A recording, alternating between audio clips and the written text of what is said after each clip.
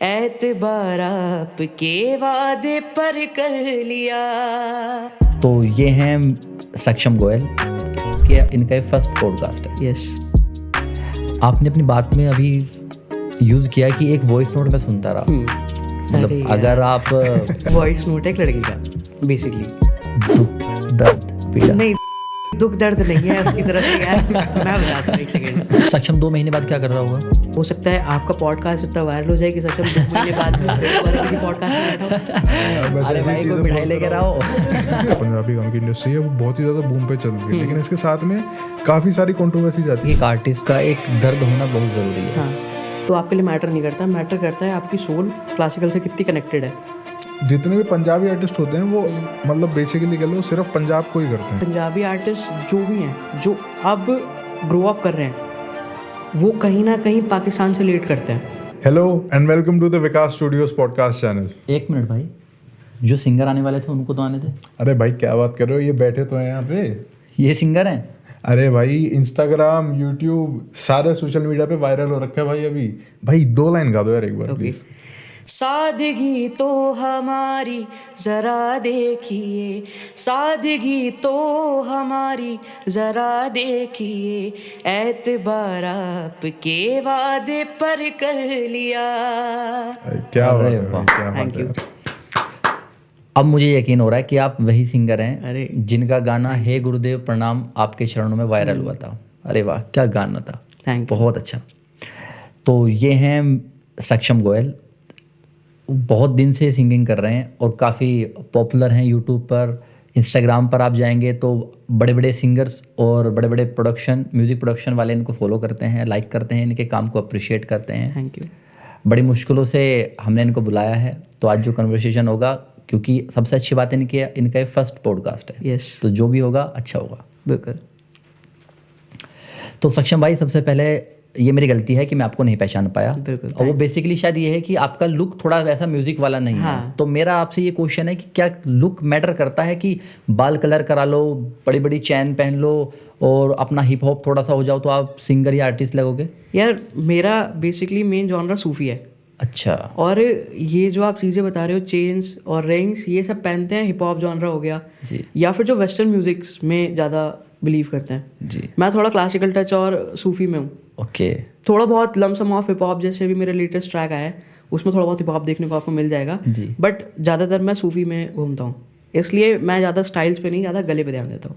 अरे वाह जी। बहुत अच्छा। मैं यार आपके चैनल को काफ़ी टाइम से फॉलो कर रहा हूँ। मैंने इंस्टाग्राम पे तो आपकी इतनी सारी रील्स देख ली हैं, मतलब प्रॉपर फैन हूँ मैं आपका। मैंने और जो ऐसा कह लीजिए आपकी आवाज़ में ना थोड़ा सा एक ऐसा कह लीजिए जैसे कैलाश खेर हो गए या फिर राहत फ़तेह अली खान जी हो गए, उनकी थोड़ी सी झलक मुझे नज़र आती है। तो यार इसके लिए आप मतलब बताओ कि इतना इसका रियाज कितना लगता है, क्योंकि सिंगर तो थोड़ा बहुत गाना मैं भी गाता था पहले। मतलब मैं जब छोटा था थोड़ा सा तब मैं गाना गाता था, लेकिन अब तो भाई गले से आवाज़ नहीं निकलती है। तो आपने कितना रियाज किया भाई इतनी अच्छी आवाज़ के लिए? रियाज यार ये कि अभी फिलहाल के लिए मैं लेटेस्ट जितना रियाज पहले करता था उतना रियाज नहीं कर पा रहा हूँ। बट पहले मैं कर लेता था 2 ढाई 3 घंटा। मैटर ये करता है आपके रियाज का टाइम चाहे 5 घंटा है, बट अगर तो आप काम का रियाज नहीं कर रहे हो ना तो 10 घंटे भी बेकार है। आप 1 डेढ़ 2 घंटे करो बट वो रियाज करो जो आपके गले को लगता है। सही बात है। अच्छा, जैसे आपने बताया कि आपका थोड़ा सा सूफी या क्लासिकल की तरफ आपका ध्यान है, अभी आपकी इतनी एज नहीं है तो शायद हो सकता है कि आपने बहुत पहले से आप सिंगिंग कर रहे हैं, तो एक बच्चे का क्लासिकल की तरफ ध्यान ही नहीं होता है। हम खुद जब बच्चे थे तो हमें लगता था अरे यार ये लोग क्यों रो रहे हैं, क्यों माइक पकड़ के लोग रोने लग जाते हैं सुबह सुबह, या किसी फंक्शन में आते थे अरे यार भाई बस करो, बस बहुत हो गया। तो एक बच्चे का क्लासिकल की तरफ इंटरेस्ट आना मेरे लिए थोड़ा सा अजीब है, तो वो कैसे जगा आपके अंदर? बेसिकली मेरे गुरुजी शुरू से ऐसे थे। अच्छा। और मैं म्यूज़िक स्कूल तो नहीं गया कभी, बट जिस स्कूल में पढ़ता था उसमें थोड़ा बहुत म्यूज़िक था। अच्छा। तो मैं शुरू में भी ज़्यादा पढ़ाई में इंटरेस्टेड नहीं था, जैसे कि है ही अब भी, बट ये है कि मैं स्कूल लाइफ में भी ज़्यादा म्यूज़िक में इंटरेस्टेड था। और उसके बाद मुझे गुरु ऐसे मिले जिन्होंने मेरा झुकाव क्लासिकल की तरफ ज़्यादा देखा। मतलब मैं इधर उधर जाता था ना, इधर जॉनरा में उधर जॉनरा में, तो वो खींच के मुझे वापस ले आते थे कि बेटा रहना तो यही है। तो एक गुरु का होना बहुत ज़रूरी है, बहुत इंपॉर्टेंट है, स्पेशली अगर आप एक आर्टिस्टिक फील्ड में। बिल्कुल। सही बात है यार। मेरे को भी यार अगर बचपन में अच्छे टीचर्स मिल गए होते तो शायद मैं थोड़ा बहुत आप जितना सीख जाता, लेकिन अब तो क्या कर सकते हैं। यार मैं आजकल देख रहा हूँ कि रैप में मतलब जैसे म्यूजिक में ही चलो फुल ऑन ले लो, जितना भी हमारा म्यूजिक का एक इंडस्ट्री है उसमें आजकल बीफ कल्चर बहुत ज़्यादा चल गया है। तो इसके मतलब इसके बारे में आपको कुछ पता है या फिर इसकी थोड़ी हाँ नॉलेज है बिल्कुल आपको? यार, बेसिकली हिप हॉप तो मैं भी सुनता हूँ, ऐसा नहीं है मैं क्लासिकल में रहता हूँ। बट ये बीफ एक ऐसी चीज़ है ना, बीफ बहुत सारी तरीके की होता है। जैसे एक तो होता है बीफ की छोटे मोटे पोकिंग, जैसे हनी सिंह बादशाह टाइप्स, हल्की फुल्की पोकिंग हो गई तो वो बीफ है। बट वो दोनों एक दूसरे को उतना ही जानते हैं जितना मैं और आप एक दूसरे को जानते हैं। बिल्कुल सही बात है। ठीक है, एक बीफ होता है कि बिल्कुल ही अंदर एंटर हो जाते हैं, वो चीज़ गलत है। पोकिंग होनी चाहिए थोड़ी बहुत, छेड़खानी, जैसे एपी ढिल्लों और दिलजीत का लेटेस्ट चल रहा है अभी, थोड़ा बहुत छेड़खानी होनी चाहिए, वो ठीक है वहाँ तक। बट आप बिल्कुल अंदर एंटर हो जाते हो लाइफ के, वो चीज़ें गलत है। हाँ अच्छा सक्षम भाई, जैसा आपने बताया अभी, तो मेरा एक ये बात है कि सिंगिंग जो होती है गले से होती है बिल्कुल। स्पेशली तो जैसे हिप हॉप वगैरह हैं या कुछ थोड़े और ऐसे मतलब टाइप के म्यूजिक्स हैं जिनमें बॉडी का थोड़ा मूवमेंट ज़्यादा होता है कि अगर आपको कॉन्सर्ट करने तो आपका एक बॉडी मूवमेंट, आपका एक स्टाइल, आपको ओरा कैरी करना है। बिल्कुल। तो क्या कभी कभी बॉडी रिस्ट्रिक्ट करती है आपको कुछ स्पेशल परफॉर्मेंस देने की कि यार मैं इस जोनर को मैं नहीं कर सकता क्योंकि मेरी बॉडी ऐसी नहीं है, तो क्या बॉडी रिस्ट्रिक्ट करती है? देखो, अगर जो क्लासिकल के गुरु होते हैं उन्हें आप कहने लग जाओ कि यार आपको स्टेज पे जाके वैसा परफॉर्म करना है, सूफी परफॉर्म करना है, तो वो थोड़ी करेंगे, क्योंकि उन्हें आदत है स्टेज पे बैठने की, तौलिया लेने की और बिल्कुल आराम से गाने की। आप किसी सूफी वाले को कह दो कि क्लासिकल गाना है 2 घंटा, वो गा ही नहीं पाएगा। जब तक वो हाथ पैर नहीं घुमाएगा तब तक उसे मज़ा ही नहीं आएगा। तो जॉनरा के हिसाब से अलग अलग डिपेंड है। अगर हिप हॉप कल्चर पे देखे जाओ तो वो जब तक कूदेंगे नहीं स्टेज पे, जब तक वो हाथ नहीं लाएंगे, चेन्स कैरी नहीं करेंगे, आउटफिट वैसा नहीं होगा, तो उन्हें वाइब भी नहीं आएगी। वो क्या निकालेंगे गले से? कुछ नहीं निकलेगा। आप कब से कर रहे हो सिंगिंग? मैं बचपन से ही कर रहा हूँ, गॉड गिफ्ट ही है, मतलब 5 साल की उम्र से तो है ही। और अगर आप सिंगर नहीं होते तो क्या कर रहे होते? कुछ नहीं कर रहा होता मैं। अच्छा, तो प्यार है आपको? बहुत प्यार है, बिल्कुल। म्यूजिक प्रोडक्शन भी करते हैं आप, मैंने सुना? बिल्कुल जी। म्यूजिक प्रोडक्शन और वोकल्स में से आप क्या चूज़ करेंगे? वोकल्स। अच्छा। और ऐसा होता है ना, सिंगर की एक लहर आती है। हाँ। उस लहर पे सिंगर पैसा कमाता है। हाँ। सो मेरा जो मेन सोर्स ऑफ इनकम है वो सिंगिंग है। बट बाय द बिहाफ, जब तक सिंगिंग चलती है, जब तक सिंगिंग है, उसके बाद म्यूजिक प्रोडक्शन है, क्योंकि प्रोडक्शन एक बिजनेस है। Singing is not a business, but music production एक बिजनेस है। तो वहाँ मैं थोड़ी बहुत पेज लेता हूँ और ट्रैक्स प्रोड्यूस करता हूँ। जैसे मैं ज़्यादातर अपनी प्रोड्यूस करता हूँ ट्रैक, बेसिकली मार्केट में बहुत कम गाने देता हूँ मैं। अच्छा। अपने ट्रैक ज़्यादा प्रोड्यूस करता हूँ, अब मतलब अपने लिए काम करता हूँ मैं। ओके। हाँ। यार थोड़ा बहुत प्रोडक्शन का नॉलेज तो मेरे को भी, जैसे हिप हॉप की तो प्रोडक्शन काफ़ी इजी होती है, मतलब जहाँ तक मुझे पता है कि 2-3 एलिमेंट्स डाल के हमारी पूरी एक बीट बन जाती है, रेडी हो जाती है उसमें। लेकिन जैसे हम बात करें क्लासिकल की या फिर सूफी में, उसमें काफ़ी सारे इंस्ट्रूमेंट्स डालने पड़ते हैं, मतलब उसमें ऐसा कह लो सिस्टम थोड़ा ज़्यादा ओवरलोड हो जाता है। तो इसमें आप किसी की हेल्प लेते हो या जनरली मतलब अपने आप ही आप जो जिस तरह से बनाते हैं? ऐसा होता है कि मुझे हेल्प मिली है मेरी म्यूजिक सेंस की, जो मैंने बचपन से सीखा। अच्छा। तो मुझे म्यूजिक प्रोडक्शन कैरी आउट करने में ज़्यादा टाइम नहीं लगा। ठीक है। क्योंकि मुझे बीट्स की नॉलेज थी, मुझे कीज़ की नॉलेज थी, मुझे बजाना आता है, मुझे गाना आता है। अच्छा। तो मैं होल बैंड अपने आप में हूँ। ओके। तो मुझे सिर्फ एक कीबोर्ड की ज़रूरत है जो मिडी होना चाहिए और सिस्टम में प्लगइन्स होने चाहिए, दैट्स इट। यार बिल्कुल सही बात है। एक्चुअली प्लगइन्स वगैरह का तो मेरे को भी काफ़ी ज़्यादा ज़रूरत पड़ती है, और ऑलमोस्ट हर किसी प्रोड्यूसर को ज़रूरत पड़ती है। लेकिन यार प्लगइन्स वगैरह इतने महंगे, मतलब विदाउट एन रीज़न, मतलब हम जैसे लोग तो उन्हें अफोर्ड कर भी नहीं पाते, कभी कभार इतनी प्रॉब्लम हो जाती है। हम लोगों को कहीं ना कहीं से ढूंढ के कुछ ना कुछ जुगाड़ करना पड़ता है उस चीज़ का। तो यार अब मतलब इसका कोई आपके पास मतलब ऐसा कोई एक्सपीरियंस है जिसमें आपको ऐसी प्रॉब्लम हुई हो कि आप किसी आर्टिस्ट के साथ बैठे हो प्रोडक्शन करने और एकदम से आपको कोई टेक्निकल प्रॉब्लम आ गई हो? हाँ, ऐसा बहुत बार हुआ है यार। मैं सेशंस पे जाता हूँ, तो सेशंस पे जाते वक्त क्या होता था, अभी मैंने मैक लिया है लेटेस्ट एप्पल का, बट पहले मेरे पास विंडोज़ था। अच्छा। जो मैंने 40,000 का लिया था, अब से 3 साल पहले। ठीक है। सो 1 साल तक मैंने मुश्किल से मुश्किल 6 महीने तक मैंने नॉलेज गेन करी। ओके। 6 महीने के बाद मेरा टारगेट था कि मुझे लैपटॉप के पैसे निकालने हैं। ओके। क्योंकि मेरे पापा ने वो बड़ी मेहनत से दिलाया था मुझे लैपटॉप। सो मेरा ये था कि मुझे वो 6 महीने के बाद अगले 6 मंथ में वो पैसे कवर करने हैं एनी हाउ, किसी भी कंडीशन में। सो मैंने क्या करा ना, उन 6 मंथ्स जो मेरी लर्निंग थी म्यूजिक प्रोडक्शन की, मैंने किसी से सीखा नहीं, बस क्या था, मुझे हेल्प मिली जहाँ पे मैं काम करता हूँ कंपनी में, वहाँ पे प्रोड्यूसर्स थे, वहाँ पे डायरेक्टर्स थे, तो मैं उनसे भी ज़्यादा कुछ पूछता नहीं था, बैठा देखा सीखा और वही चीज़ घर आके प्रैक्टिकल कर ली। सो 6 महीने तक मेरी लर्निंग चली। उसके बाद 6 महीने के बाद मैं मार्केट में उतर गया। जब तक 6 महीने मेरी लर्निंग थी उस दौरान मैंने कॉन्टैक्ट्स बहुत सारे बनाए। अच्छा। जैसे गूगल पे से देख देख के कॉन्टैक्ट्स, उन्हें फ़ोन करना, उनसे पूछना। कई सारी जगह से फेलियर्स भी मिले कि यार इतने छोटे को क्या बताएं, बट उन्हीं सब लोगों से मैं सीखा और by the help of YouTube मैं प्रोडक्शन कर रहा हूँ अब। आपने बड़ी आसानी से बताया कि भाई मेरे पेरेंट्स ने मुझको लैपटॉप दिलाया, तो मतलब इट मीन्स आपके पेरेंट्स और आपको सपोर्ट कर रहे थे। बहुत सपोर्ट करते हैं। तो इतनी आसान तो आपकी जर्नी नहीं रही होगी, कुछ ना कुछ तो मुश्किल रही होगी। यूजुअली क्या होता है कि पेरेंट्स सपोर्ट नहीं कर रहे होते हैं, या इकोनॉमिक कंडीशन की वजह से एक आर्टिस्ट को अपना काम छोड़ना पड़ता है, या थोड़ी दिक्कतें आ जाती हैं। आपके साथ कोई ऐसी घटना? मेरे साथ प्लस पॉइंट ये है कि मैं बचपन से लगा हूँ और मेरी उम्र अभी ये नहीं है कि मुझे घर संभालना है। मेरे ऊपर मेरा बड़ा भाई है, सो उसने सेक्रीफाइस करे हैं मेरे लिए। उसने पढ़ाई छोड़ी मेरे लिए कि यार ये ढंग से कर ले कुछ। सो मैं एक लाइन में डिफाइन करूँ तो मेरे घर वाले इतने सपोर्टिव हैं कि अगर मेरा बड़ा भाई ये चूज़ करे कि यार मेरी कॉलेज की फ़ीस जानी है, और अगर मैं हूँ कि भाई मुझे कुछ म्यूज़िक इंस्ट्रूमेंट लेना है, तो कॉलेज छोड़ देगा बट मुझे इंस्ट्रूमेंट दिला देगा। अरे वाह, ये है मेरे साथ।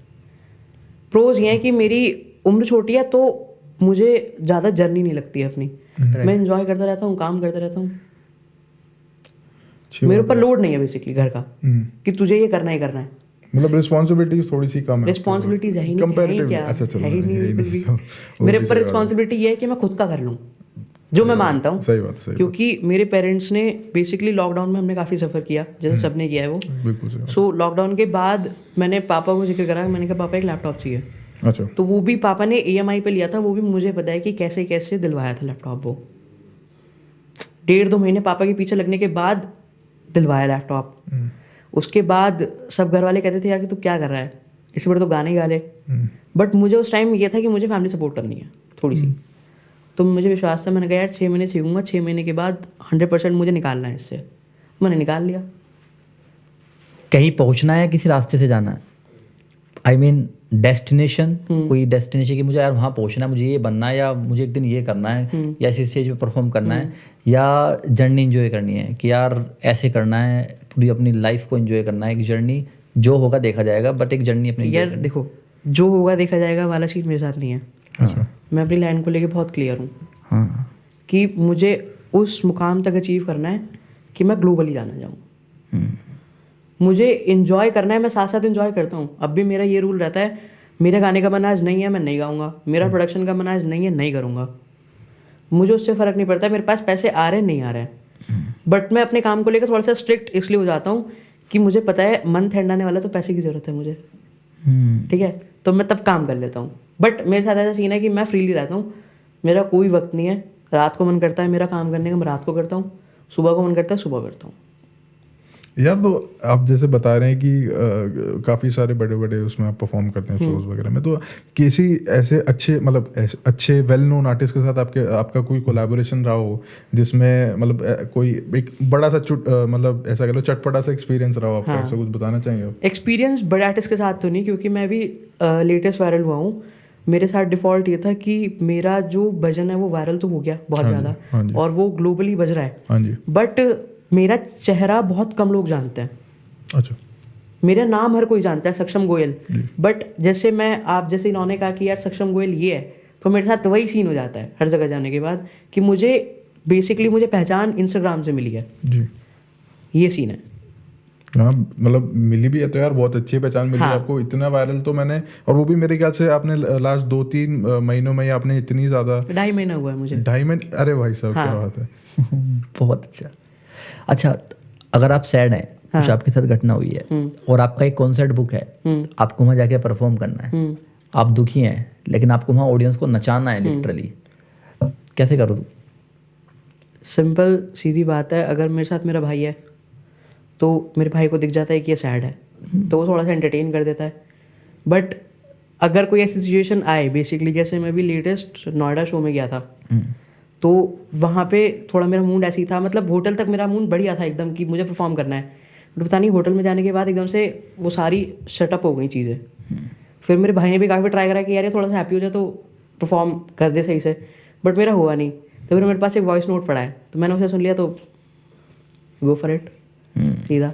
मतलब वो वॉइस नोट मैंने गाड़ी से होटल तक कम से कम 100 बार सुना है वो वॉइस नोट, 100 बार लिटरली। स्टेज पे माइक हाथ में रखने के बाद भी मेरे पास मेरे कान के पीछे फ़ोन था, मैं वॉइस नोट सुना और मैंने सीधा परफॉर्म कर दिया वो। सही बात है। और परिवार वालों से जितना मोटिवेशन हमें मिलता है यार, कहीं और से कभी मिलता ही नहीं। हाँ। तो ऐसा भी होता है कि जब भी कभी कुछ गलती वलती हो जाती है हमसे, तो हम लोग वैसे तो सॉरी वॉरी बोल देते हैं, लेकिन अगर आप इतने बड़े स्केल पे किसी के साथ कोलैबोरेशन कर रहे हो, मैं मतलब बहुत ही एक सिंपल एग्जांपल लेके चल रहा हूँ, तो आप उसमें अगर मतलब नर्वसनेस वगैरह होती है, फॉर आप इतने अच्छे लोगों से, मतलब काफ़ी जो ऑलरेडी अच्छा काम कर रहे हैं उनसे मिलते हैं आप और उनसे बातचीत करते हैं। और मतलब मैं तो देखो, क्योंकि अगर मैं कहीं जाता हूँ प्रोडक्शन या किसी भी चीज़ के लिए, तो मैं काफ़ी नर्वस होकर जाता हूँ, बिकॉज मेरे को इतना एक्सपीरियंस नहीं है। मैं अभी ऐसा कह लीजिए, मैं तो बिल्कुल स्टार्टिंग से सीख रहा हूँ, लेकिन कुछ लोग होते हैं जो बहुत पहले से काम कर रहे होते हैं and they are very well known. So मतलब इनका कुछ मतलब आप इस चीज़ के बारे में कभी कुछ सोच के जाते हैं? सोच के अगर तो किसी आर्टिस्ट के साथ काम करना है तो मैं उसकी प्रोफाइल देख लेता हूँ कि वो किस नेचर का बंदा है। बाकी कॉल से पता लग जाता है कि by the way of he talking और शी टॉकिंग कि वो क्या बात कर रहा है, किस तरीके से बात कर रहा है, तो वो डिफाइन करता है। अगर तो आप आर्टिस्ट के साथ काम कर रहे हो तो उसकी बातों से पता लग जाता है। शो में आप कंप्लीटली ब्लाइंड हो जाते हो। शो में आपको स्टेज पे जाने के बाद ही पता लगेगा कि शो कैसा जाने वाला है। अच्छा। कहते हैं कि एक आर्टिस्ट का एक दर्द होना बहुत ज़रूरी है। हाँ। मानते हो या नहीं मानते हो? यार मैं क्या मानूं, मतलब ये है कि हाँ, अगर आप क्लासिकल टाइप्स जर्नी पर हो तो आपके लिए मैटर नहीं करता, मैटर करता है आपकी सोल क्लासिकल से कितनी कनेक्टेड है। बट आप अगर हिप हॉप या फिर पंजाबी या फिर सूफी जॉनर पे हो तो आई थिंक सो कि दर्द होना बहुत ज़रूरी है, क्योंकि उसके बिना फील नहीं आती। तो यार बिल्कुल, मतलब ये आजकल ऐसा कह लो, जो पंजाबी जो हमारी इंडस्ट्री है, जो पंजाबी गानों की इंडस्ट्री है, वो बहुत ही ज़्यादा बूम पे चल रही है। लेकिन इसके साथ में काफ़ी सारी कंट्रोवर्सीज आती है भाई, हर रोज़ कुछ ना कुछ नई नई कंट्रोवर्सीज आ रही है, कभी किसी आर्टिस्ट की, कभी किसी आर्टिस्ट की। तो यार इसके बारे में कुछ कहना है आपका? इसके बारे में ये है कि यार जो आर्टिस्ट, दरअसल एक जर्नी किसी को देखनी नहीं होती। वही वाली बात है कि किसी को खाना बनाना पसंद नहीं है, सबको बना हुआ खाना खाना पसंद है। सो कोई आर्टिस्ट की जर्नी देखना नहीं चाहता, उसे आर्टिस्ट बना हुआ पसंद है कि स्टेज पे हमारे सामने परफॉर्म कर रहा है और बड़ा आर्टिस्ट है। और ऐसा होना चाहिए ना कि छोटे आर्टिस्ट के अंदर एक हम्बलनेस होती है। जैसे मैं हूँ, मेरे अंदर एक हम्बलनेस है कि आपका एक कॉल आया और मैंने कहा ठीक है करते हैं, डन, क्योंकि मेरा फर्स्ट पॉडकास्ट था सॉरी। बट बेसिकली अगर कोई वहीं बड़ा आर्टिस्ट होता तो उनके पास डेट्स भी नहीं होती हैं, तो दे वर लाइक कि यार ये नहीं कर सकते, या फिर इसका कितना पेड है, वो सारी चीज़ है। बिल्कुल। और बहुत सारे आर्टिस्ट ऐसे होते हैं जो बड़े होने के बाद भी हम्बल रहते हैं, जैसे सिद्धू मूसेवाला, दिलजीत दोसांझ। वो लोग क्या होते हैं, छोटे छोटे आर्टिस्ट को भी कोलैबोरेट करते हैं, मिलते हैं, उनसे हाथ मिलाते हैं। वहीं आप चले जाओ, जो अभी हाल ही में वायरल हुए हैं, वो लोग किसी से मिलना पसंद नहीं करते मोस्ट ऑफ द टाइम्स। सो ऐसा सीन रहता है। ऐसा इसलिए है कि वो नहीं मिलना पसंद करते, या यूजुअली जैसे मैं जानता हूँ कि सब सिंगर के पास एक मैनेजर होता है, अब वो मैनेजर उनको जो बता रहा होता है कि आपको वैसा रहना है, ऐसा करना है, ऐसा करना, तभी आपकी ग्रोथ होगी। तो मतलब आपका कोई मैनेजर है? बिल्कुल, मेरा मैनेजर है। करेक्ट। तो अब बात आएगी ना, तो आपका जो आपको मैनेजर करने के लिए बोलता है, तो क्या आप उसको ब्लाइंडली फॉलो करते हो या आपके कुछ? ब्लाइंडली फॉलो नहीं करना चाहिए कभी भी। ऐसा होता है जब आप business, let me take example, अगर तो आप बिजनेस कर रहे हो तो बिजनेस में क्या है, आप हर चीज़ उसकी थोड़ी सुनोगे जो आपको बता रहा है, आप अपने मन से भी तो कुछ करोगे। अगर मैनेजर मुझसे ये कह रहा है कि यार उससे हाथ, जैसे मैं शो में गया, मेरे साथ मेरा मैनेजर खड़ा है, मेरे मैनेजर का काम क्या है कि सक्षम को हर चीज़ से प्रिवेंट करना, और सक्षम को, चाहे सक्षम छोटा भी है बट उससे सक्षम को ऐसा फील कराना है कि वो कितना बड़ा स्टार है। करेक्ट। उसकी वो हॉबी है, उसका वो काम है, वो शो पे जा रहा है तो उसका ये रोल है कि सक्षम के पास चाहे 10 आ रहे हैं, चाहे 10,000 लोग आ रहे हैं, वो सबको साइड हटाए, ताकि लोगों को और फील हो कि यार कितना बड़ा स्टार है, तो लोग और कनेक्ट होंगे उससे। बट बाय द डे मेरा मैनेजर बहुत अच्छा है, वो कहता है सबके साथ हम्बल रहो। बट बहुत सारे मैनेजमेंट ऐसे होते हैं जो कहते हैं यार आपको किसी से हाथ नहीं मिलाना, तो आर्टिस्ट जब वहाँ बात मान लेता है ना, तो लोगों के मन में इमेज गलत आ जाती है उसकी कि यार हाथ ही नहीं मिलाता बंदा। आप इतनी छोटी सी उम्र से आपने इतनी बड़ी एक जर्नी अपनी तय कर ली है। एक मोटिवेशन होती है इंसान के अंदर, हर किसी के अंदर होती है, तभी वो एक आग का काम करती है, एक फ्यूल का काम करती है। आपने अपनी बात में अभी यूज़ किया कि एक वॉइस नोट मैं सुनता रहा। मतलब अगर आप कंफर्टेबल है तो हम जान सकते हैं कि वो वॉइस नोट किसका था? वॉइस नोट है एक लड़की का बेसिकली, ओके। जिससे हाल ही में मैं कनेक्टेड था अप्रॉक्सीमेटली 3 मंथ्स पहले, और अंडर 3 मंथ्स मेरे पास वो शो था, तो मैंने वही वॉइस नोट चलाया था, वो लास्ट वॉइस नोट था उसका। तो मेरी मोटिवेशन बेसिकली वहाँ से कनेक्टेड है। दुख, दर्द, पीड़ा? नहीं, दुख दर्द नहीं है उसकी तरफ से यार। मैं बताता हूँ, एक सेकेंड। ऐसा सीन है ना मेरे साथ, अरे यार ऐसा सीन है ना कि वो लड़की बहुत अच्छी थी। ओके। तो पता नहीं कनेक्शन क्यों टूटा, मुझे भी इस चीज़ का पता नहीं है, बट यह है कि वो मोटिवेशन बहुत देती थी। तो उसके मेरे पास कम से कम 10 वॉइस नोट्स पड़े हैं। सो वो मैं कंडीशंस के हिसाब से सुनता हूँ, बट बाय द डे मैं रोज़ नहीं सुनता उन्हें। जब ऐसा फील होता है, या फिर मान लीजिए मुझे कोई सैड रोमांटिक सॉन्ग बनाना है, या फिर कुछ ऐसा चीज़ मुझे करनी है, या फिर मुझे बीट भी कुछ ऐसे ही बनानी है, तो मैं उसी की हेल्प लेता हूँ ज़्यादातर। तो अच्छा, जितने आर्टिस्ट हुए हैं, हाँ, मोस्टली 95% का दिल जरूर टूटा है। बिल्कुल। तो कहीं ना कहीं अगर एक इंसान जब ऊपर जा रहा होता है, एक रॉकेट अगर ऊपर जाता है, तो उसको जिस इंजन ने उसको सपोर्ट किया, कहीं ना कहीं वो छूटता जरूर है, बिल्कुल, तभी वो ऊपर जा सकता है। तो क्या ये आपको लगता है कि ये जो दिल टूटा है ये ठीक था, क्योंकि ये मेरी ग्रोथ होगी, क्योंकि मैं इससे एक मोटिवेशन ले रहा हूँ, या आपको लगता है कि नहीं यार करियर गया, वो इंसान पास होता तो शायद मैं अच्छा होता? ऐसा नहीं है बिल्कुल भी। करियर देखो, आपके साथ अगर तो इंसान ऐसा है जो आपको सपोर्ट करता है, जैसे मेरे साथ जो लड़की थी हाल ही में, क्योंकि मैं अभी नया नया बच्चा हूँ, बिल्कुल, तो मेरे साथ ये चीज़ें होती रहती हैं। करेक्ट। और मैं इन सब चीज़ों में इंटरेस्टेड भी बहुत हूँ, मुझे मज़ा बहुत आता है कनेक्ट होने में। मेरा कोई ऐसा सीन नहीं है कि यार नहीं, ठीक है। तो मेरे साथ ये है ना कि जो मेरे साथ वो लड़की थी वो बहुत बढ़िया थी, वो मुझे मोटिवेट करती थी। जैसे गाना बनाने के लिए जैसे मैं उसको भेजता था, मुझे 4 चीज़ें एक्स्ट्रा बताती थी कि यार ये नहीं, इसमें ये कर सकते हैं। तो अगर आपके साथ ऐसा कोई बंदा है, चाहे वो भाई भी है, मैं उसकी बात नहीं कर रहा, गर्लफ्रेंड आपकी ऐसी है, बट आपका भाई भी है, तो वो बढ़िया चीज़ है। अगर कोई आपसे डिस्कनेक्ट हो रहा है, बट ऐसे डिस्कनेक्ट हो रहा है, तो वो आपको मोटिवेट ही करेगा। बट आप किसी ऐसे से कनेक्टेड हो जो आपको डाउनफॉल की तरफ लेके जा रहा है आपके, तो उसे तो आप मिनट से पहले छोड़ दो, क्योंकि करियर इज़ मोस्ट इंपॉर्टेंट। अगर करियर सेट होगा तो चीज़ें मैटर अपने आप हो जाएगी सारी चीज़ें, बट करियर आपका सेट नहीं है तो कुछ भी नहीं होगा। बिल्कुल सही बात है यार। मैं तो जनरली देखता हूँ कि जितने भी आर्टिस्ट हैं मेरे नोन में, वो सब लोग एक जो बिजनेस एस्पेक्ट होता है म्यूजिक का, और एक जो मतलब एक आर्टिस्टिक एस्पेक्ट होता है कि हमें बिल्कुल ही म्यूजिक में एकदम घुल के रहना है, या फिर हमें मतलब सिर्फ पैसा कमाना है। तो ये चीज़ मैं बहुत देखता हूँ कि इंटरफेयर लोगों के माइंड में बहुत ज़्यादा ये प्रॉब्लम कर जाती है कभी कभार। तो यार इससे मतलब यार कुछ इसका बताओ कि कुछ हल कैसा करे बंदा।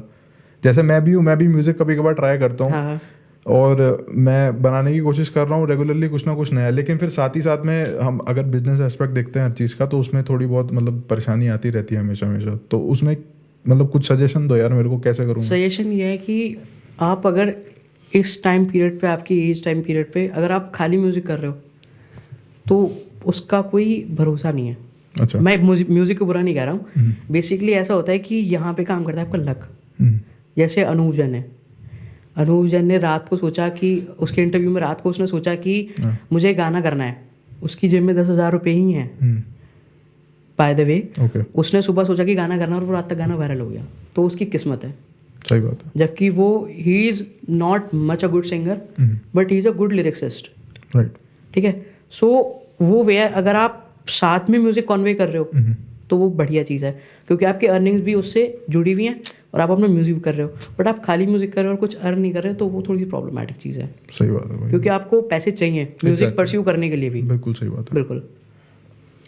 आप अभी इंस्टाग्राम पर वायरल हुए हैं, तो मैं आपकी काफ़ी सारी वीडियोस देख रहा था, तो उसमें कमेंट्स भी मैं पढ़ रहा था। तो यूजुअली लोगों का क्या होता है कि कमेंट्स में कि भैया ये वाला गाना गा दो, ये वाला गाना गा दो। तो मैं आपसे ये पूछना चाह रहा हूँ कि एक तो आपका खुद को पता है कि यार मुझे ये करना है, तब मैं एक अच्छा आर्टिस्ट बनूंगा। एक तरफ है कि यार ऑडियंस की तो ये डिमांड है। किस चीज़ को ज़्यादा इंपॉर्टेंस देते हो? यहाँ पे बात आ जाती है मेरे लक की। मैंने शुरू से अभी तक किसी की नहीं सुनी, मैंने ना अपने कमेंट्स पे ध्यान दिया है, बट ये है कि जैसे मेरे साथ कोई डिमांड आती है कि यार ये वाला सॉन्ग मैं उसे नहीं करता हूँ। मेरा मोस्ट ऑफ द टाइम यही रहता है कि करना ही नहीं है।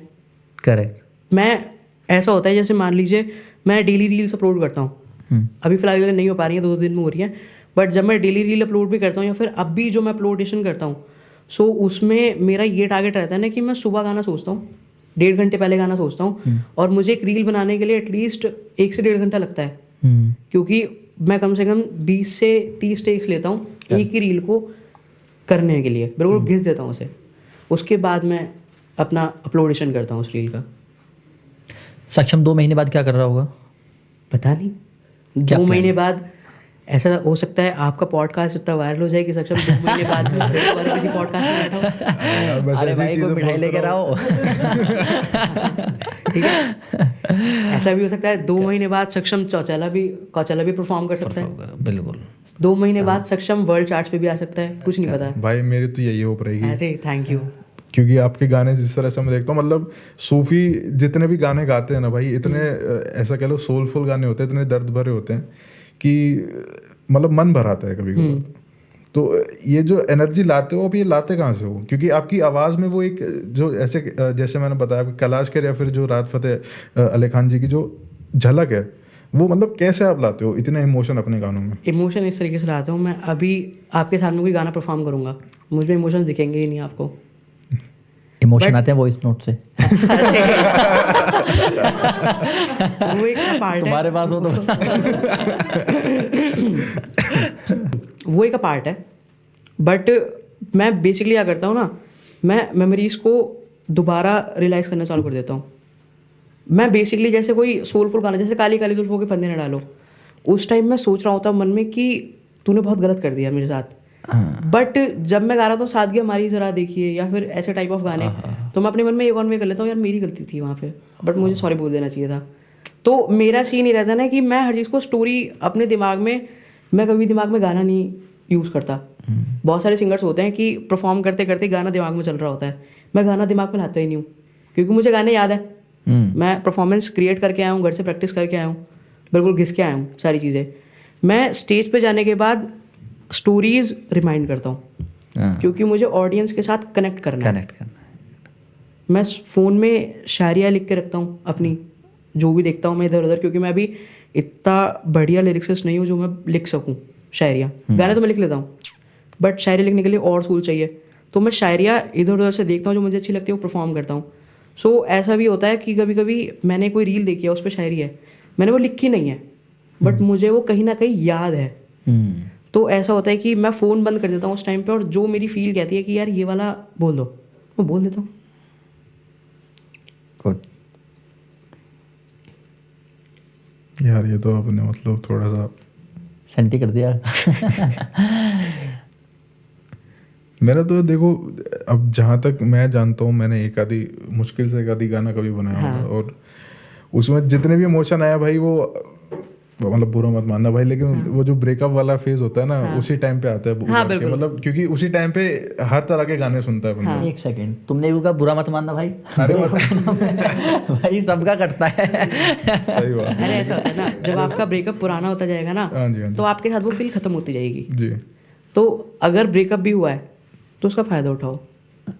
यार एक्चुअली ना, एक तो हम कहते हैं ना कि पहला प्यार जो होता है ना, और एक जो इस एज में प्यार होता है, वो 16-17 प्यार तो सच में ही 16-17 साल की उम्र में होता है। बाकी तो सब कॉम्प्रोमाइज़ है कि हाँ यार लड़की को पैसे वाला लड़का चाहिए या ये सब चीज़ चाहिए, लेकिन प्यार तो इसी उम्र में होता है, क्योंकि कोई एक्सपेक्टेशन नहीं है सामने वाले से, बस वो अच्छी लग गई तो लग गई, उसके साथ सारे 7 फेरे ले लिए, बच्चों के नाम रख दिए, बस बात खत्म हो गई।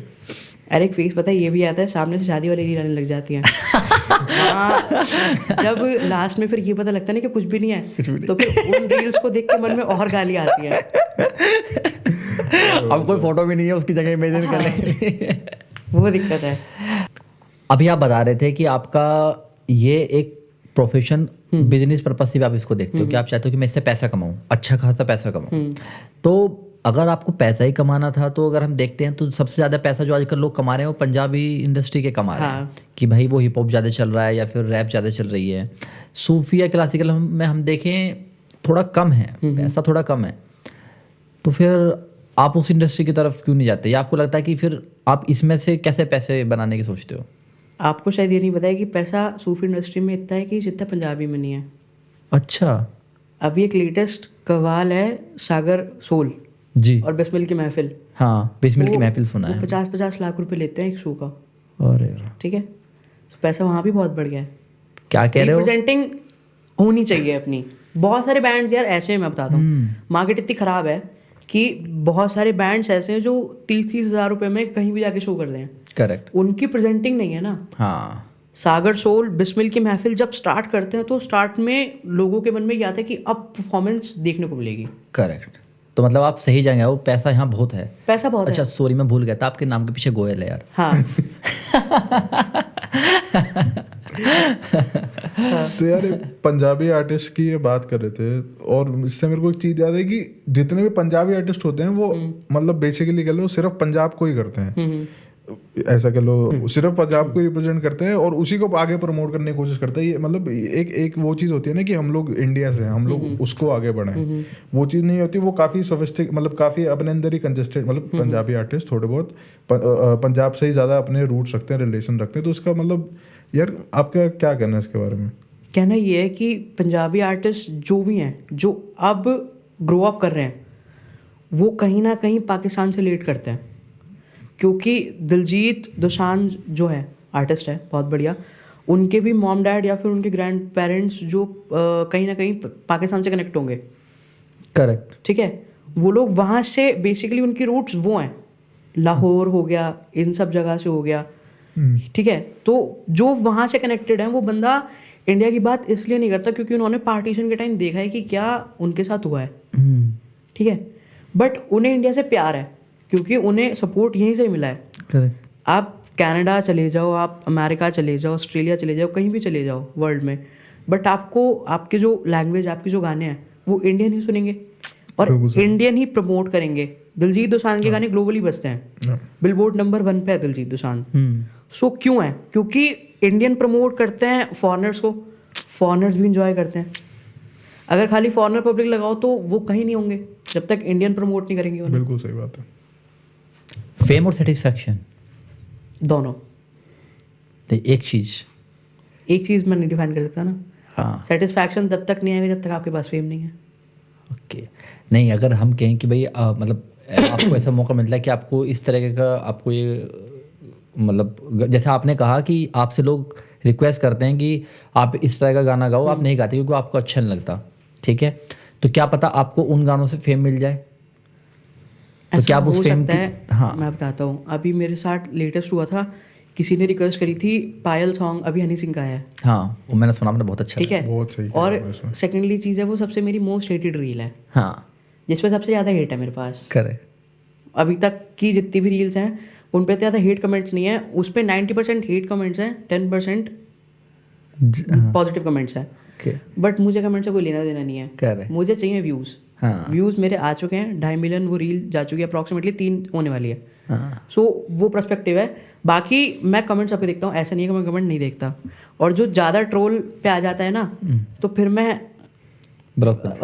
मैं उसे जवाब भी अपनी रियल आईडी से देता हूँ। ऐसा नहीं है कि मैंने फेक आईडी बना रखी है, उसे रियल आईडी से देता हूँ और उसकी लैंग्वेज में देता हूँ। किसी ने देखो गाली बहुत सारी पड़ती हैं, गाली मिलती हैं, बहुत सारी मिलती हैं, बट जो इग्नोरेबल नहीं होती है ना, एक तो होती है इग्नोरेबल, कोई बात नहीं कि दीदी कोई दिक्कत वाली बात नहीं है, बट जो इग्नोरेबल नहीं होती है ना, या फिर ऐसा होता है कि कभी कभी दिमाग खिसका हुआ होता है, रात को बैठे हैं, सुबह को बैठे हैं, मूड अच्छा नहीं है, और उस टाइम में कोई ऐसा कमेंट कर दे, तो फिर वो जो मन से गालियाँ निकलती है ना, वो मैं सीधा कमेंट पे जाके टाइप कर देता। अच्छा है यार। आपका तो मतलब ऐसा मैं कह सकता हूँ कि काफ़ी फेमस अभी आप चल रहे हैं, मतलब वायरल अभी सेंसेशन आपको बोल सकते हैं उस चीज़ में। तो यार वायरल सेंसेशन के साथ आपके काफ़ी ऐसा कह लीजिए फॉलोइंग जो है वो हर तरह की आती है। कुछ आपकी बिल्कुल ही पॉजिटिव होगी जो आपके एकदम आपके साथ में है, कुछ काफ़ी नेगेटिव होती हैं, या फिर काफ़ी ऐसा कह लो काफ़ी अजीब सी फॉलोइंग भी होती है। ऐसे भी लोग हैं जिन्होंने मुझे फॉलो कर रखा है, पर लेकिन वो सिर्फ गालियाँ ही देते हैं, इसलिए उन्होंने फॉलो कर रखा है। किसकी नई रील आएगी तो हम कुछ टाइप करेंगे। तुम्हारा कोई रिलेटिव तो नहीं है वो, क्या पता फेक आईडी बना कर? अरे नहीं, मेरे रिलेटिव्स बहुत अच्छे हैं। मेरा कोई रिश्तेदारों से कोई भी वो नहीं है कि मैं बचपन में मेरा कोई ट्रॉमा है कि यार रिश्तेदार मुझे बहुत ताने मारते थे, ये वो देखो विश्वास अपने मम्मी पापा का होना चाहिए। बिल्कुल सही बात। मेरे पेरेंट्स का मुझ पर शुरू से विश्वास था कि कुछ कर लेगा, तो मैं कर रहा हूँ, अभी भी करा नहीं है बट मैं कर रहा हूँ, उस लाइन पे जा रहा हूँ। मुझे रिसर्च का कोई मतलब ही नहीं है इस चीज़ का। पहले सबको शक होता है कि यार ये नहीं कर पाएगा, तो सब लोग भलाई के लिए बोलते हैं कि तू चेंज कर ले, बट आपके मम्मी पापा को उस टाइम बिलीव होना चाहिए कि ये कर लेगा, उसको लेने देने वाली बात नहीं है। शुरू में मेरे भी रिलेटिव्स कहते थे कि यार तू क्या कर रहा है, इससे बढ़िया पढ़ाई कर ले, ये कर ले, वो कर ले, बट मेरा क्या था, मुझे जाना ही इसमें। सो अब वो लोग मुझ पर बिलीव करते हैं कि हाँ अब वो सही कर रहा है, सक्षम, पैसा कमा रहा है। हाँ पैसा कमाना मेन। अरे मैं बताता हूँ आपको, जितना मतलब ऐसा मुझे लगता है, एक तो मैं फैमिली बनिया से हूँ, हाँ ठीक है, तो लोग सक्षम गोयल सुनते ही वैसे डिफाइन कर लेते हैं कि बनिया है। हाँ और सेकंड चीज़ है, जितना मैं देखता हूँ उतना मेरे पास है नहीं अभी। हाँ, जिस दिन मेरे पास वो हो जाएगा तो फिर मेरे चेहरे पे अलग ही रौनक आ जाएगी। अभी भी है। अभी भी है बट अभी थोड़ी है। हाँ नहीं यार। अच्छा, मैं पूछना तो मैं कुछ और चाह रहा था वैसे कि यार फॉलोइंग के साथ में देखो हर तरह के आपके पास फॉलोअर्स तो होते हैं, लेकिन कमेंट यार बड़े हर प्रकार के आते हैं आपके पास। तो ऐसा कोई है जो बिल्कुल ही एकदम ही अजीब सा कमेंट आया हो जिससे आप उस पढ़ के लगो भाई ये कैसे, नॉट गाली, मतलब weirdest कुछ ऐसा डिफरेंट, वो अच्छा भी हो अलग सा सकता है। बिल्कुल थोड़ा अलग सा। वियर्डेस्ट क्या मैं बताता हूँ आपको, वियर्डेस्ट ये था कि एक लड़का था, उसने मुझ पर कमेंट किया कि यार मेरी गर्लफ्रेंड बहुत नाराज़ है और आप एक रील बना दो। तब मेरे फॉलोअर्स से 3-4 हज़ार, 5 हज़ार, 10 हज़ार के आसपास होंगे, अच्छा 10K से कम ही थे। तो उस टाइम ये था कि मैं लोगों की सुन रहा था, जो बोल रहे थे वो मैं कर रहा था उनके बात पे, तो मैं सुन लेता था। तो अब उसने कहा, उसने आईडी मेंशन करी नीचे कि अरे मेरी गर्लफ्रेंड और मेरा ब्रेकअप हो चुका है, बट अब भी मुझे कहीं ना कहीं उम्मीद है कि 1% वापसी आ सकती है, तो उसके लिए कुछ गाना गाओ।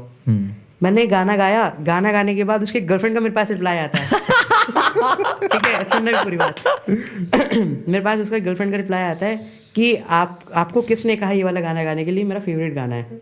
मैंने कहा ये आपके बॉयफ्रेंड ने कहा। मैंने लीविंग अ मैसेज, मैंने बहुत छोटा सा मैसेज करा, मैंने कहा अगर आपको लगता है कि चीज़ें फिक्स हो सकती हैं तो आप फिक्स कर लो, दैट्स इट। और कुछ नहीं करा मैंने मैसेज से। उसके बाद उसने उल्टा मुझे कहा क्योंकि अच्छा आप एक गाना उसके लिए गा दो। मैंने उसके लिए भी रील बना दी, कोई बात नहीं, हो सकता है, कोई दिक्कत वाली बात नहीं है। उन दोनों ने मुझे इतना कर दिया, उन दोनों के लिए मैंने 4 रील बनाई। भाई वो कबूतर बन गया जो पिछले जमाने में भेजते थे ना कि कबूतर जा। फिर मैंने लास्ट में ये काम करा ना, अब मेरे जब तक मैंने 4 रील बनाई तब तक मेरे फॉलोअर्स हो गए थे 20-25 हज़ार। तो वो लोग मेरे एज अ फैन मुझे ट्रीट करने लग गए थे। तो मैंने उस लड़की से कहा, मैंने कहा आप मुझे कॉल करो एक बार। मैंने उसे कॉल किया, उसके बाद मैंने उसके बॉयफ्रेंड को लाइन पे लिया। अब मैंने कहा मेरा यहाँ तक का सफर था तुम्हारे साथ, तुम अपने आप कर लो, मैं यहाँ से लीव कर रहा हूँ। हाँ। मेरे पास कोई मैसेज नहीं आना चाहिए कि अब ये वाली रील बना दो, ये वाली रील बना दो। क्योंकि ऐसा होता है जिस मैसेज को आप पढ़ लेते हो फिर वो मैसेज आता है तो आप उसे इग्नोर नहीं कर सकते। ठीक है, अभी या तो उसे ब्लॉक करोगे, ब्लॉक मैं कर नहीं सकता क्योंकि दोनों ही मेरे फॉलोअर्स हैं। सही बात है, इसलिए और फैंस भी हैं। Yes right, correct. आगे क्या प्लान्स हैं आपके? आगे प्लान ये है कि मेहनत करते जाना और आर्टिस्ट बनना है। प्लान एज सच ये है कि अभी मैं 12th में हूँ। हाँ। सो मेरा बेसिकली ये है ना कि मुझे 12th एक फंदा सा लगता है, मेरे गले से वो निकले तो मैं कुछ आगे करूँ। हाँ, क्योंकि मुझे ऐसा है, मेरे बोर्ड्स पास आ रहे हैं, करेक्ट, तो धीरे धीरे मेरी चालू हो गई है थोड़ा सा, ठीक है। तो अभी तब भी मैं ऐसा हो रहा हूँ ना कि मुझे अब भी म्यूज़िक से ही वही है, मैं अब भी पढ़ नहीं रहा हूँ। मैं पढ़ूंगा एग्ज़ाम से 1 महीने पहले, लेकिन मैं स्कोर ठीक ठाक कर लेता हूँ, 70-75 में ले आता हूँ, बहुत है, ठीक है। तो मैं ऐसा कर लेता हूँ। तो मेरे बेसिकली ये है कि प्लान कि अभी 12th से निकलूँ तो आगे मैं और एक्सप्लोर करूँ। करेक्ट। हाँ, कोई ऐसा मैटर नहीं है कि ये करना है वो करना है, बेसिकली ये मुझे आर्टिस्ट बनना है। आर्टिस्ट बनने की जर्नी पे मैं हूँ, जिस तरीके से भगवान जी आगे की तरफ पुश करेंगे वैसा मैं करता चला जाऊँगा, बस। हमारी दुआएं और आशीर्वाद आपके साथ है। Thank you. बड़ा अच्छा आप गाते हो, दिल को एकदम वो होता है ना, सॉफ्ट टच आपकी आवाज़ है, बड़ा अच्छा लगता है। एक जाते जाते एक लाइन और हो जाए, अगर जाते जाते एक लाइन और। तेरे बिन नहीं लगदा दिल मेरा डोलना है, तेरे बिन नहीं लगदा दिल मेरा डोलना, न गल छड़ जावे तेनू इन्ना बोलना है, तेरे बिन नहीं लगदा दिल मेरा डोलना। हानिया बेलियां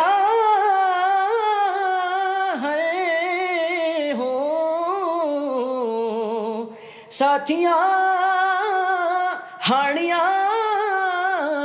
कच्चे धागे सच्चे प्यार के ना तोड़ना, तेरे बिन नहीं लगदा दिल मेरा ढोलना है, तेरे बिन नहीं लगदा दिल मेरा ढोलना। अरे भाई क्या बात सक्षम है, भाई, क्या बात आपका है। कोई भी अभी कॉन्सर्ट होगा आप प्लीज हमें बताना, हम दोनों जरूर आएंगे। अरे बिल्कुल भाई 100%। बहुत अच्छा लग थैंक रहा यू है, सो मच भाई। Thank you. ये हैं सक्षम गोयल, जिनकी आवाज़ आपने बहुत सुनी होगी, हे गुरुदेव प्रणाम आपके चरणों में, और बहुत सारी रील्स इनकी वायरल हैं, बट फेस आपने शायद नहीं देखा होगा। तो आज आप देख सकते हैं हमारे सामने सक्षम गोयल है, क्योंकि एक आर्टिस्ट का चेहरे का भी फेमस होना बहुत ज़रूरी होता है। तो हम चाहते हैं कि आप जानें और इस वीडियो को शेयर करें ताकि लोग सक्षम जी को भी अच्छे से और पॉडकास्ट को यार इतना वायरल कर देना कि अगले मंथ ही मुझसे डेट नहीं बट मैं डेट नहीं दे पाऊँ इन्हें। अरे इतना वायरल हो जाना चाहिए। Thank you so much. बिल्कुल ऐसा। Thank you. और मेरा नया गाना भी आया है ट्रुथ, और बहुत सारे गाने भी लेटेस्ट आने वाले हैं, सो उन्हें भी सपोर्ट करो। स्पॉटिफाई में मेरी प्रोफाइल है सक्षम गोयल, और इंस्टा पे आप सब जानते हो। Thank you. प्लीज़ अगर आप चाहते हैं कि आप इनके ओरिजिनल सॉन्ग सुनना चाहते हैं या फिर इनके और भी इनकी मधुर आवाज़ में कुछ अच्छे गीत सुनना चाहते हैं, तो आप इनको स्पॉटिफाई पे, यूट्यूब पे, इंस्टाग्राम पे फॉलो कर सकते हैं, सर्च कर सकते हैं। आपको सच में बहुत अच्छा लगेगा अगर आप इनकी आवाज़ सुनेंगे। और हमारे चैनल को भी आप सब्सक्राइब कर सकते हैं। हाँ बिल्कुल। Thank you so much. Thank you. Thank you so much.